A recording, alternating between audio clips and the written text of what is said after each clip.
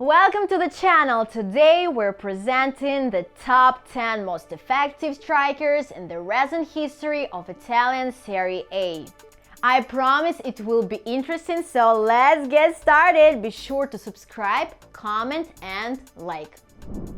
In 10th place we have a tie among three greats, the old guard Oliver Bierhoff, Hernan Crespo and Roberto Baggio.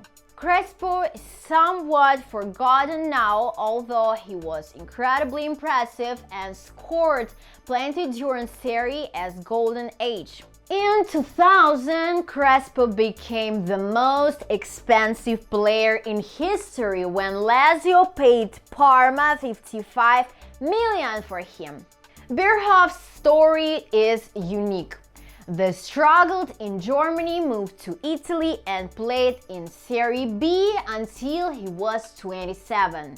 Then he joined Udinese, was called up for the German national team for the first time and scored the winning goal in the European Championship final. Later, Milan bought Bierhoff and he became one of the best strikers in German national team history and Serie A. Roberto Baggio is a legend in his own right. Many consider him the greatest striker in Italian football history. In 2000, he ranked 4th in the online FIFA poll for the best players of the century behind Pelé, Maradona and Eusebio. Baggio played for all the major Italian clubs but was never considered a traitor. He is remembered for one of the most dramatic moments in football history. In 1994, he single-handedly led Italy to the World Cup final, only to miss the decisive penalty. It remains the most famous missed penalty in history. In 9th place is Luca Toni, whose career path resembles Bierhoff's. Until the age of 23, he played in Serie B and C, then went through modest clubs like Vicenza, Brescia and Palermo and finally reached Fiorentina.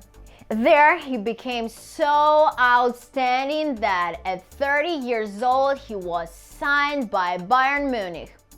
Later, Toni returned to Italy and at 38 became the league top scorer. At 38 years old, can you imagine? In Serie A, there is a trend. Strikers often start from the lowest levels and only begin showing their best football around 30.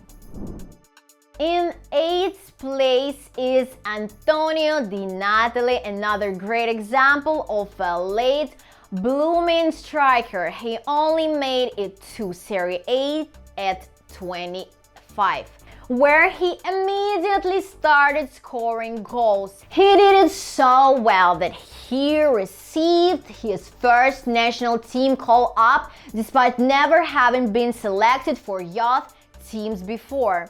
Until he was 30, Di Natale goal scoring was average, but then he truly broke out.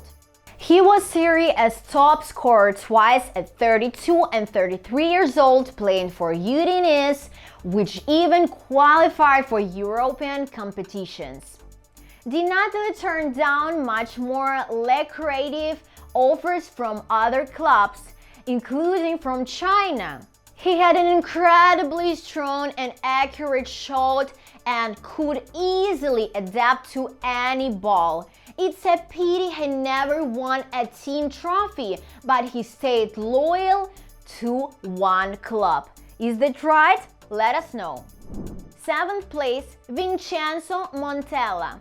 Vincenzo Montella takes the 7th spot. Yes, he also started from the bottom and reached Serie A by 22. He played 3 seasons with Sampdoria and then spent his best years at Roma. He had a powerful and accurate shot and excellent speed. In Italy, there are 2 types of successful strikers: The physical, imposing forwards who excel in the air like Luca Toni or Totti, and the small, stocky, technical ones like Montella, Baggio or Di Natale. Unfortunately, Montella was plagued by injuries, many of them. He was loyal to Roma until the end of his career, which is the common trend among Roman forwards. Vincenzo couldn't fully shine in the Italian national team but became a great coach. Although generally great strikers rarely make good coaches. 6th place. Christian Vieri is in 6th place. In 1999, he moved to Inter for 45 million, becoming the most expensive player in history for a year. Vieri was one of the physically imposing Italian forwards but was much more technical than Bierhoff. He holds the record in Serie A for goals scored with his head over 50. Vieri spent his best years at Inter and was also one of the first stars players to frequently appear in commercials. Today, Christian is rarely seen without his selfie stick. His Instagram is full of photos taken with it. This led to jokes about him worldwide, but they only fueled the interest by posting provocative pictures. Edinson, Cavani and Giuseppe Signori share 5th place. You probably know all about Cavani. He rose to prominence at Palermo and then became a star at Napoli. His stats there were simply fantastic. Edinson became one of the symbols of the team's revival, which had been in a deep crisis after 2 championships with Maradona. Signori started playing in Serie C in the 1980s, but had such a long career that he played in Italy until 2004. He was a very agile forward with a great dribbling and shooting skills and was Serie A's top scorer 3 times in the early 90s. Signori has his best years at Lazio, but throughout his career he won only 1 Coppa Italia and was rarely called up to the national team. 4th place, Zlatan Ibrahimovic. Even when I didn't know who would be in this top, Ibra was already on the list. The forward played in almost all top leagues, but spent most of his career in Italy. Juventus, Inter, Milan, impressive list. Yes, there were times when Zlatan was on the bench. Or maybe the bench was in Zlatan's, not sure. Then Ibra moved to Inter that became so outstanding that Barcelona signed him. And the rest, as they say, is history. PSG, Manchester United, and stint in the US and ending his career back at Milan. 3rd place, Andrey Shevchenko. Bronze, Andrey Shevchenko. The Ukrainian was lucky to join a team that suited his playing style perfectly. Moreover, he admitted that he supported Milan as a child, and it was mutual love. Andrey often dragged Milan along, played excellently with his head, and could secure victories on his own. And this was during Serie A's golden age. Perhaps Andrey is the best striker to have played in Italy in the last 20 years. Do you agree?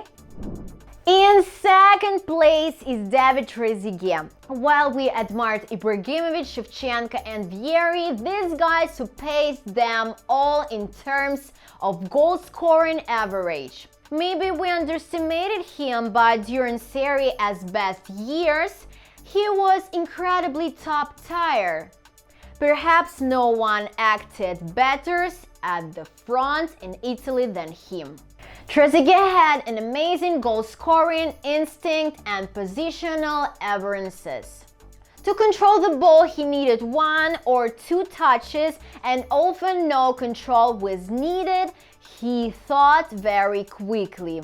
Like Baggio, major tournament finals played a decisive role in Trezeguet's career.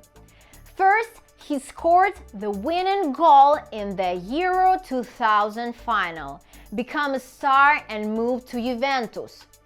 Then, in the 2006 World Cup final, he was the only one to miss a penalty in the shootout, hitting the crossbar. After that, his star career began to decline.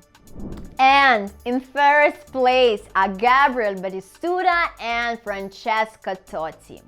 Batistuta, unlike Shevchenko, was unlucky with the club he perhaps stayed loyal to throughout his best career years.